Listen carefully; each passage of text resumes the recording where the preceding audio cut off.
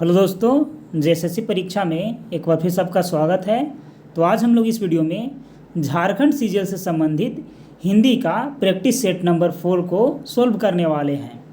ठीक है, इस वीडियो में आपको झारखंड सीजीएल के जो कंप्लीट सिलेबस है, ठीक है, और उसमें जितना भी टॉपिक दिया हुआ है उन सारे टॉपिकों से प्रश्न इसमें सबमिट किए गए हैं। तो दोस्तों, आप इस वीडियो को कृपया ध्यानपूर्वक देखें ताकि आपका जेएसएससी सीजीएल के पेपर 2 में अच्छा स्कोर आ सके। और ये वीडियो साथ ही साथ सहायक आचार्य के लिए भी और नगर पालिका के लिए भी बेहद ही इम्पोर्टेंट होने वाला है, क्योंकि उन सभी का भी सिलेबस जो है वो सेम दिया हुआ है। ठीक है, चलिए आरंभ करते हैं प्रश्न नंबर 1 के साथ।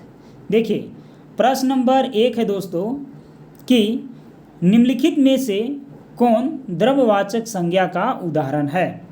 ठीक है, तो द्रव्यवाचक संज्ञा का उदाहरण बताना है सोना, हिमालय, दुर्गा या गुण। ठीक है, तो द्रव्यवाचक इजी क्वेश्चन है, आप इसका आंसर अपने कमेंट बॉक्स में ज़रूर देंगे। ठीक है, ऐसे इसका आंसर क्या हो जाएगा दोस्तों, तो सोना हो जाएगा। आगे देखिए, जो, सो, जिस, तिस, जौन, तौन किस सर्वनाम से संबंधित है। प्रश्नवाचक से, संबंधवाचक से, निजवाचक से या पुरुषवाचक से।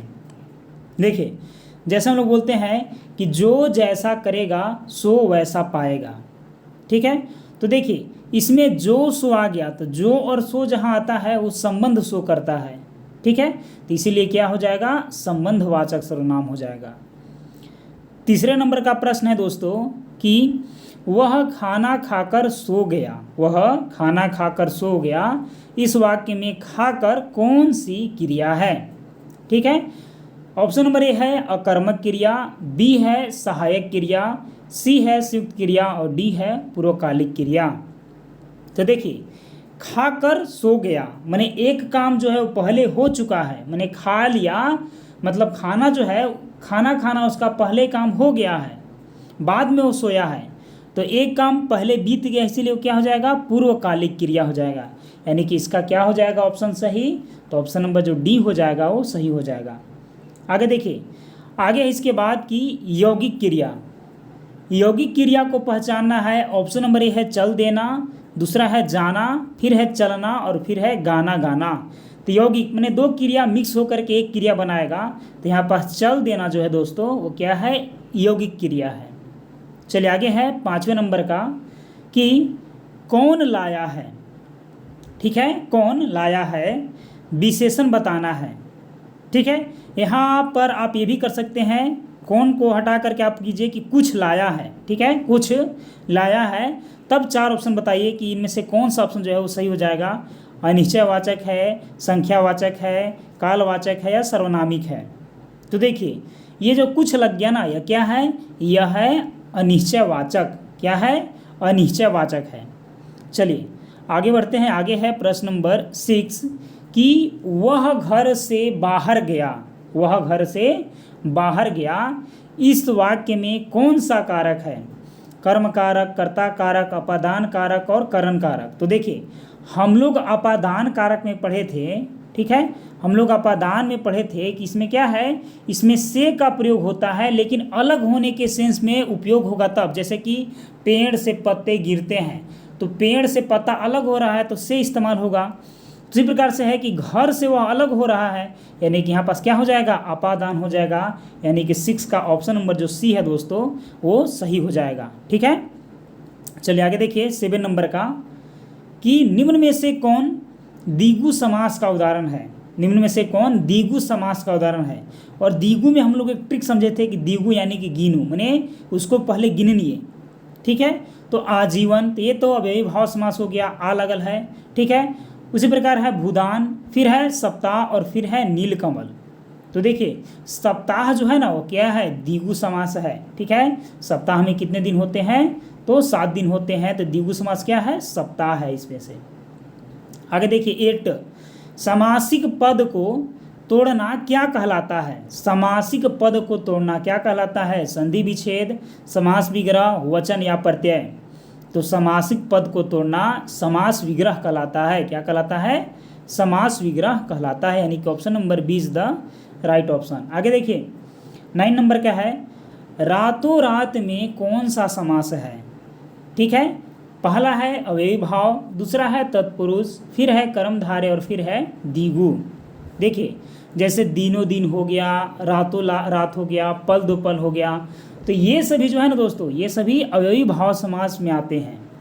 ठीक है, और अव्ययी भाव समास में साथ साथ ये भी आते हैं कि चाहे तो शुरू में यथा लगल रहेगा, अन लगल रहेगा, प्रति लगल रहेगा, भर लगल रहेगा, तो ये सब अव्ययी भाव समास में रहता है। ठीक है, क्वेश्चन नंबर 10 देखिए, आँखों से गिरना, इसका सही अर्थ बताना है कि आँखों से गिरना का सही मीनिंग क्या हो जाएगा।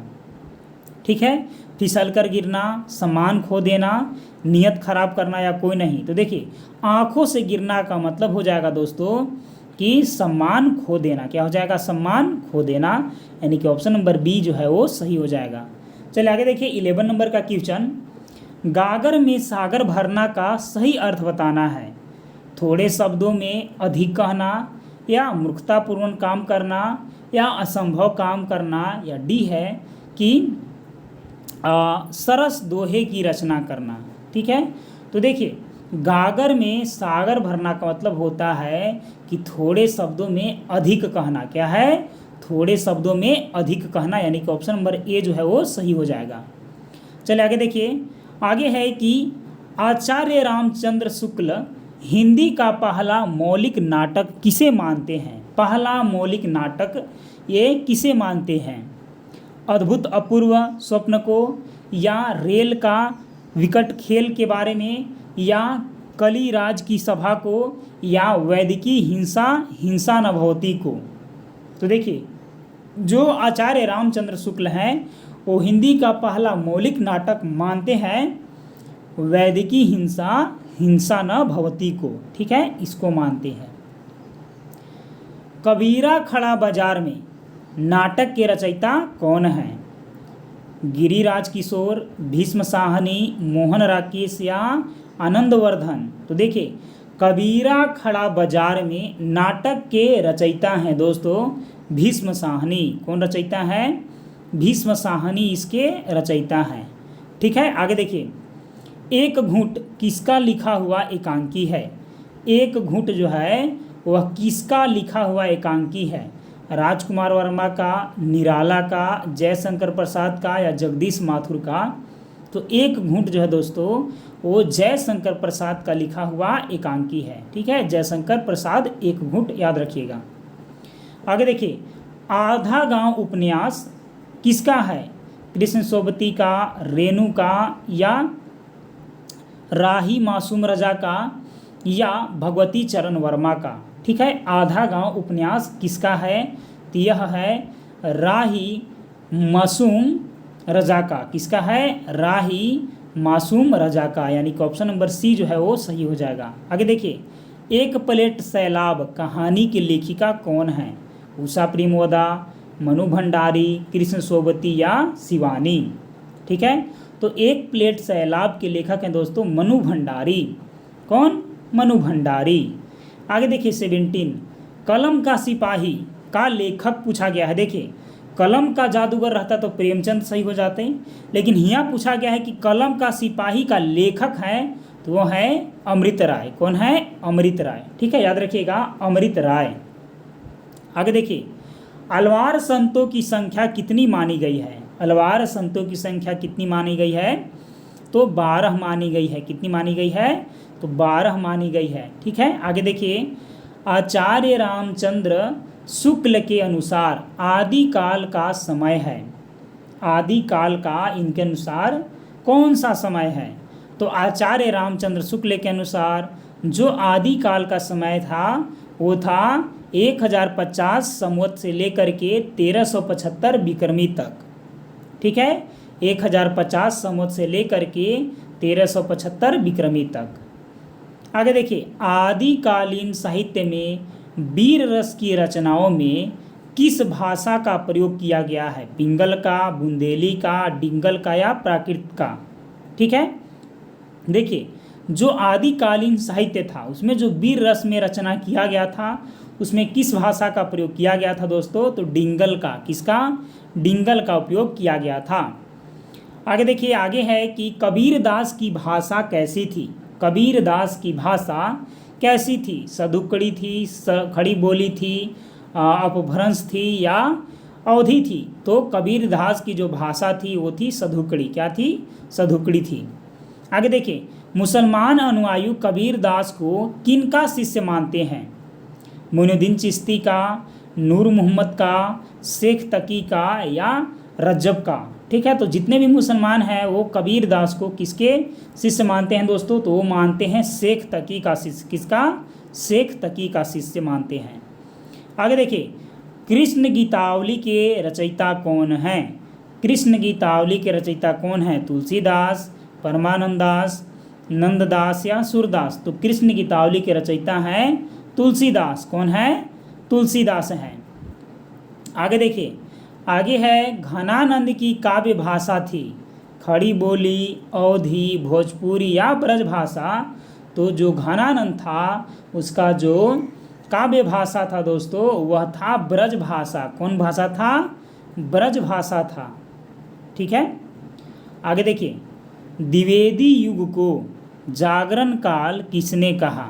द्विवेदी युग को जागरण काल किसने कहा? रामचंद्र शुक्ल ने, डॉक्टर नागेंद्र ने, हजारी प्रसाद द्विवेदी ने या बाबू गुलाब राय ने? ठीक है, तो द्विवेदी युग को जागरण काल किसने बोले थे? तो डॉक्टर नागेंद्र। कौन?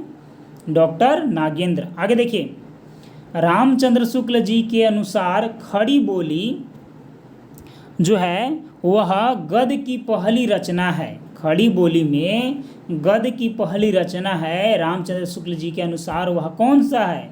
कुतुब शतक या भाषा उपयोग वशिष्ठ या गोरा बादल की कथा या चंद छंद की महिमा? ठीक है, तो कौन सा है? वो है चंद छंद की महिमा। क्या है? चंद छंद की महिमा है। आगे देखिए, भाषा के 3 रूप क्या होते हैं? तो भाषा के 3 रूप सिंपल है दोस्तों कि भाषा के 3 रूप होंगे मौखिक भाषा, लिखित भाषा और सांकेतिक भाषा, यानी कि ऑप्शन नंबर जो डी हो जाएगा वो सही हो जाएगा। ठीक है, चलिए आगे देखिए, आगे है कि हिंदी में अधिकांश शब्द किस भाषा से आए हैं? हिंदी में अधिकांश शब्द किस भाषा से आए हैं? संस्कृत से, अंग्रेजी से, फारसी से या उर्दू से? तो हिंदी में जो अधिकांश शब्द आए हुए हैं वो आए हैं संस्कृत से। किससे आए हैं? तो संस्कृत से आए हैं। आगे देखिए, आगे इसके बाद दोस्तों कि अपभ्रंश और पुरानी हिंदी के मध्य का समय को कहा जाता है? अवसान काल, उत्कर्ष काल, संक्रांति काल या प्राकृत काल? तो अपभ्रंश और पुरानी हिंदी के जो मध्य का समय आता है दोस्तों वो आता है संक्रांति काल। कौन आता है? संक्रांति काल आता है। आगे है, हिंदी को आर्य भाषा कहकर प्रयोग और प्रचार का विषय बनाने वाले कौन थे? हिंदी को आर्य भाषा कहकर प्रयोग और प्रचार का विषय बनाने वाले कौन थे? महर्षि दयानंद सरस्वती, स्वामी विवेकानंद, बालकृष्ण भट्ट या गिरिधर दास? ठीक है, तो कौन थे दोस्तों? वो थे महर्षि दयानंद सरस्वती। कौन थे? महर्षि दयानंद सरस्वती। याद रखिए, महर्षि दयानंद सरस्वती। चलिए आगे देखिए, आगे है कि 1955 ईस्वी में प्रथम राजभाषा आयोग का गठन किसकी अध्यक्षता में किया गया? 1955 ईस्वी में प्रथम राजभाषा आयोग का गठन किसकी अध्यक्षता में किया गया? जीबी पंत, बीजे खेर, बीजे रहमत या कोई नहीं? तो किसकी अध्यक्षता में किया गया?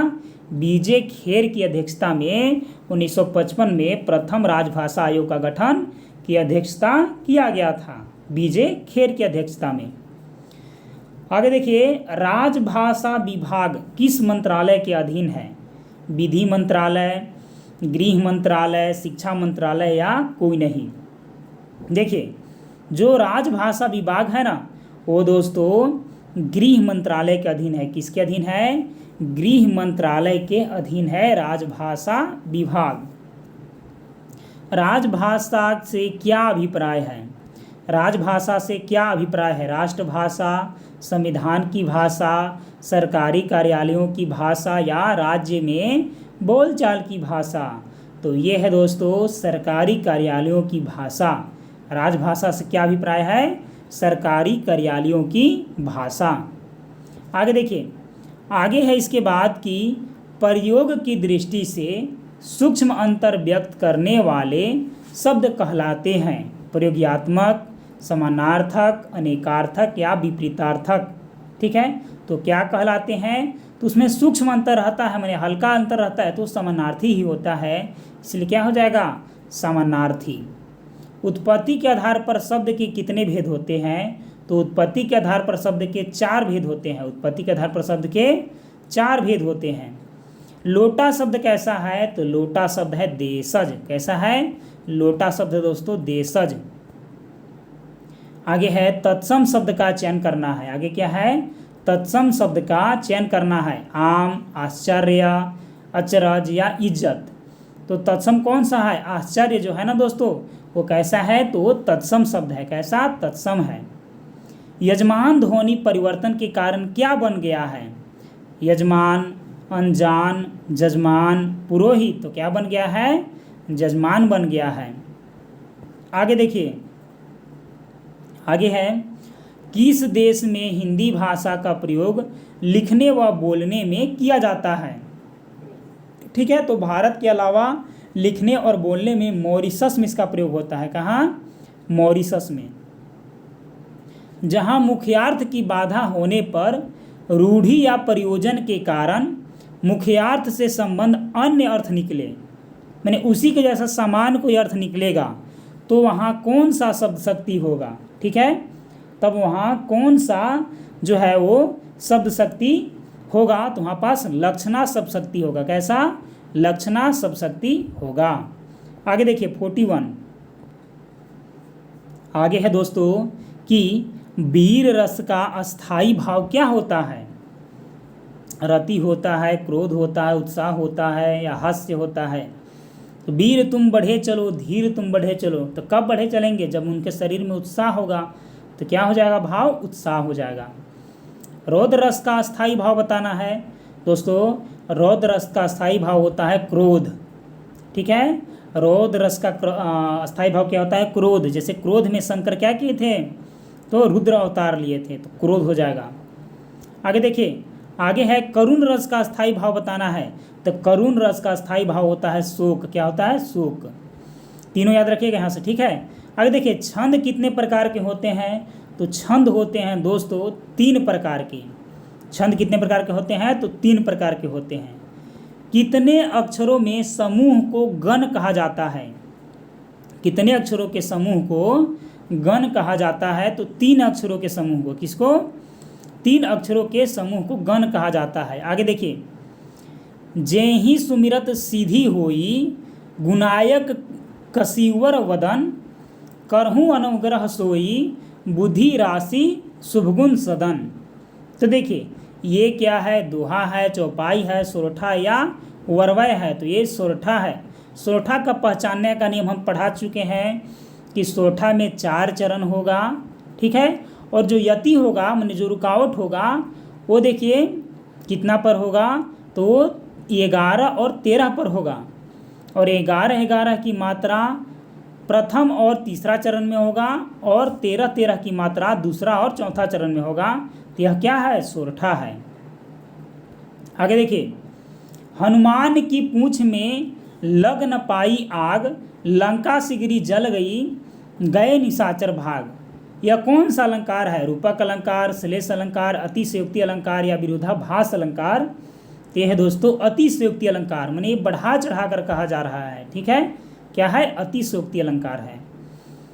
जय हनुमान ज्ञान गुण सागर, जय कपीस तिहुलोक उजागर में कौन सा अलंकार है? उपरोक्ति, उपमा, अनुप्रास या दोनों? तो कौन सा है? अनुप्रास अलंकार है। कौन सा? अनुप्रास अलंकार।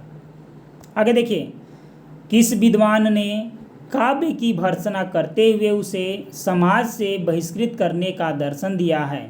लोंजाइनस, प्लेटो, जॉन ड्राइन, अरस्तु? तो कौन बोला है? प्लेटो। अनुकरण सत्य से तिगुना दूर है, किसने माना है? प्लेटो, सुकरात, अरस्तु या लुंजाइनस? किसने माना है? ऑप्शन नंबर बी ने। आगे देखिए, इनमें से कौन सा विचारक मार्क्सवादी है?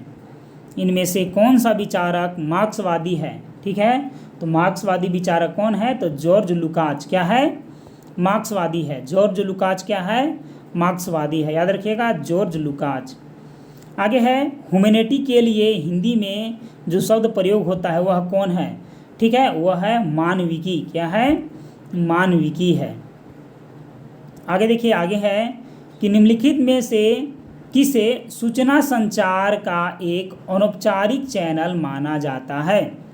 सूचना संचार का एक अनौपचारिक चैनल माना जाता है, किसे माना जाता है? तो अदृश्य कॉलेजों को माना जाता है। निम्न में से कौन सा सरकारी पत्र नहीं है?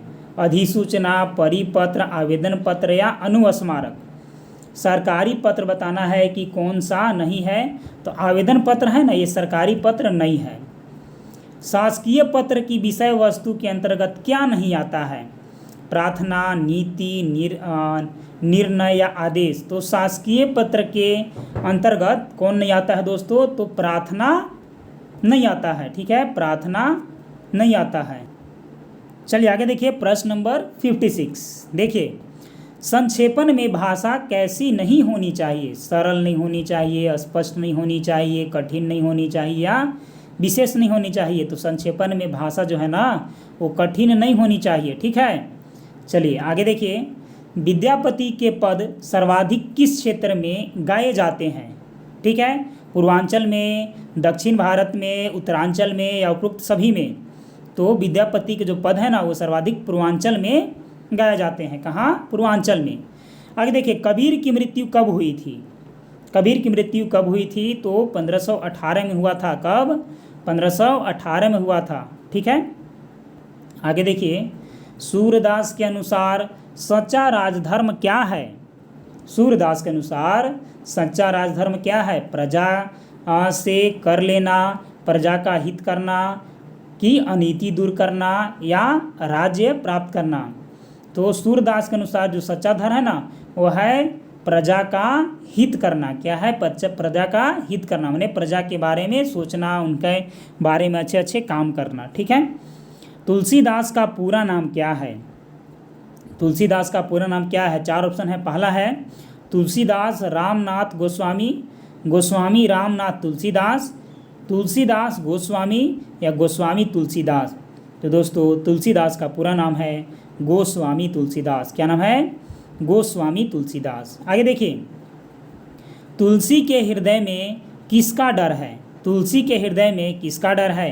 अपने उद्यमहीनता का, किसी का नहीं, अपनी मूर्खता का या अपने गुरु का? तो देखिए, तुलसी के हृदय में यही डर है कि मैं अपने जो उद्यमहीनता हूँ उसको भूल न जाऊँ, यानी कि अपने उद्यमहीनता का। ठीक है, आगे देखिए, कवित्त के प्रथम पद में कौन सा रस है?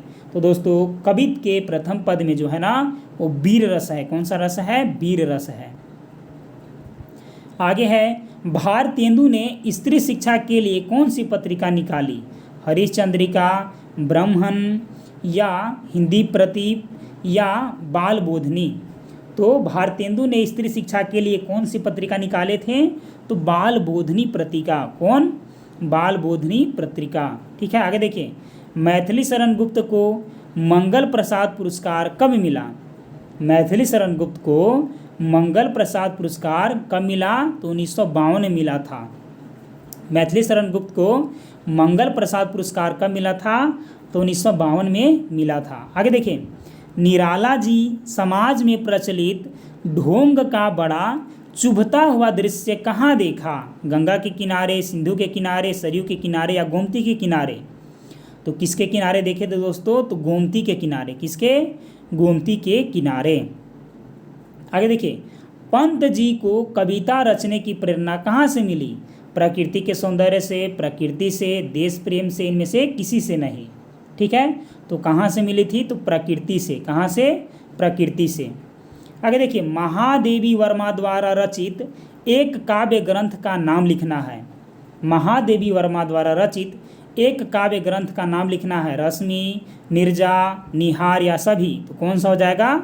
सभी हो जाएगा। ठीक है, आगे देखिए, आगे है इसके बाद कि प्रेम और मस्ती के कवियों ने कहीं कहीं नैतिक मर्यादा को भी क्या कर गए हैं? पार कर गए हैं, अतिक्रमण कर गए हैं, अति कर गए हैं, या इनमें से कोई नहीं। तो क्या कर गए हैं? अतिक्रमण कर गए हैं। क्या? अतिक्रमण कर गए हैं। दिनकर जी के व्यक्तित्व निर्माण में किसका विशेष योगदान रहा? ठीक है, दिनकर जी के व्यक्तित्व निर्माण में किनका विशेष योगदान रहा था? उनकी माँ का, उनकी पिता का, या उनकी पत्नी का, या उनकी बहन का? ठीक है, तो किसका योगदान रहा था? तो उनकी पत्नी का विशेष योगदान रहा था। किनका? उनकी पत्नी का विशेष योगदान रहा था। आगे देखिए, अज्ञेय जी किस कारण बंदी बनाए गए? अज्ञेय जी किस कारण बंदी बनाए गए? क्रांतिकारी होने के चलते, या क्रांति से प्रभावित होने के चलते, या कहानी जागरण में देने के चलते, या क्रांतिकारी कार्यक्रमों में सक्रिय होने के चलते? तो क्रांतिकारी कार्यक्रम में सक्रिय होने के चलते अज्ञेय जी को बंदी बनाया गया था। आगे देखिए 71, नागार्जुन द्वारा मैथिली भाषा में रचित उपन्यास का नाम बताना है। पारो, पत्रदीन, नग्न गाछ, या चिंता, या इनमें से कोई नहीं। ठीक है, तो जो उपन्यास है दोस्तों वो है पारो। ठीक है, पारो जो है नागार्जुन के द्वारा मैथिली भाषा में रचा गया है।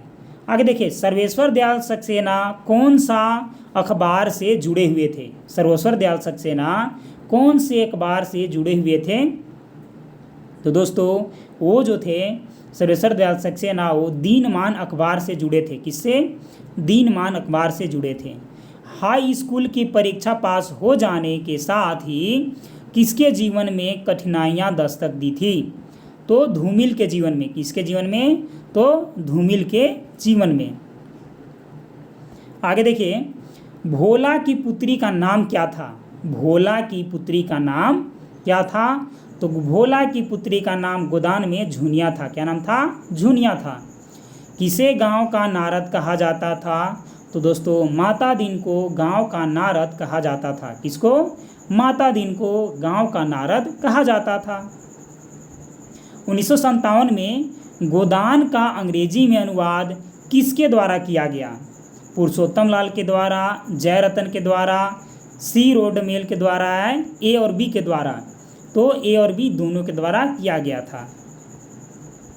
आगे है, गोदान का केंद्र बिंदु है समाज की संरचना, कृषि की प्रधानता, राजनीतिक व्यवस्था, या होरी का जीवन? तो क्या है केंद्र बिंदु?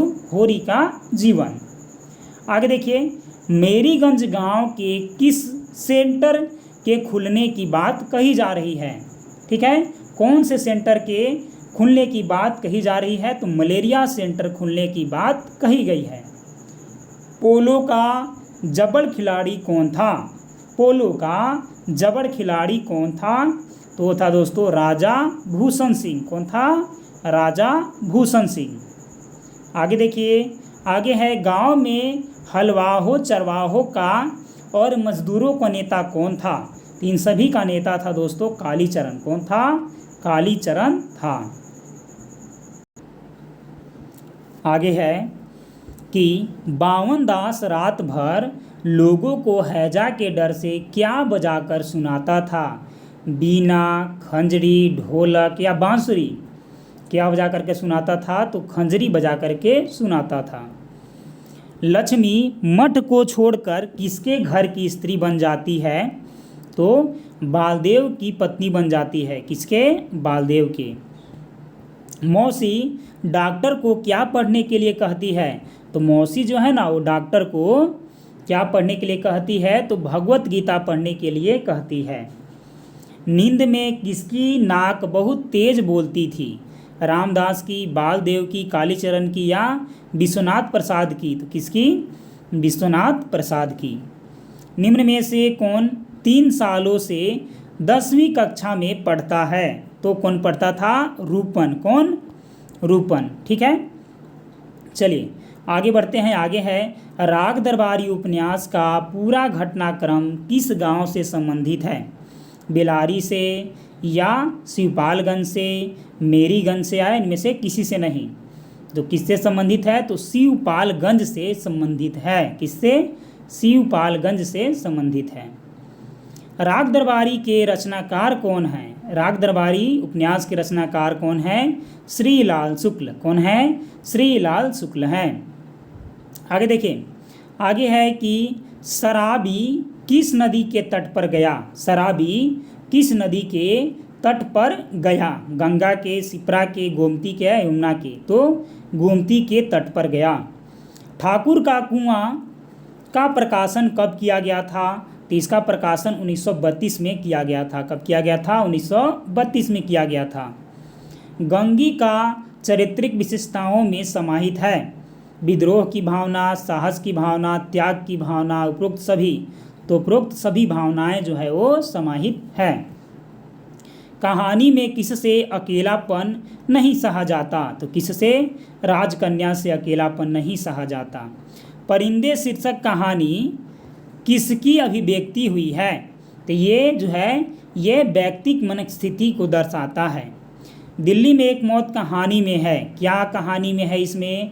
तो इसमें दोस्तों व्यंग की चुटकी है, करुणा की अश्रुधरा है, या दोनों है, इनमें से कोई नहीं है तो दोनों है। आगे है उषा प्रेमोदा का जन्म कब और कहाँ हुआ था? तो उषा प्रेमोदा का जन्म हुआ था 24 दिसंबर 1930 को कानपुर में। 24 दिसंबर 1930 को कानपुर में। वापसी कहानी में गजाधर बाबू बसंती को कहाँ जाने से मना करते हैं? कहाँ जाने से मना करते हैं? तो शीला के घर जाने से मना करते हैं। कहे कि शीला के जवान बेटे थे। ठीक है, आगे देखिए, ज्वाला जो अहिर जाति का था उसके कितने बच्चे थे? तो इसके 2 बच्चे थे। यह कथन किसका है कि आजकल मिसपाल पहले से स्लिम भी होती रही है या हो रही है? यह कथन किसका है? तो जोरावर सिंह का। किसका है? तो जोरावर सिंह का है। भारतेंदु का प्रथम नाटक माना जाता है। तो दोस्तों भारतेंदु का प्रथम नाटक जो माना जाता है वह है विद्या सुंदर। क्या है? वह है विद्या सुंदर। ध्रुव स्वामी नाटक का अस्थाई भाव क्या है? तो ध्रुव स्वामी नाटक का अस्थाई भाव है उत्साह। क्या है? उत्साह। आगे देखिए, सावित्री का बॉस का क्या नाम था? तो सावित्री का बॉस का नाम था दोस्तों महेंद्रनाथ। ठीक है, अब हम लोग झारखंड सीजीएल पेपर 2 हिंदी से संबंधित अगले प्रैक्टिस सेट में मिलेंगे दोस्तों। तब तक के लिए धन्यवाद।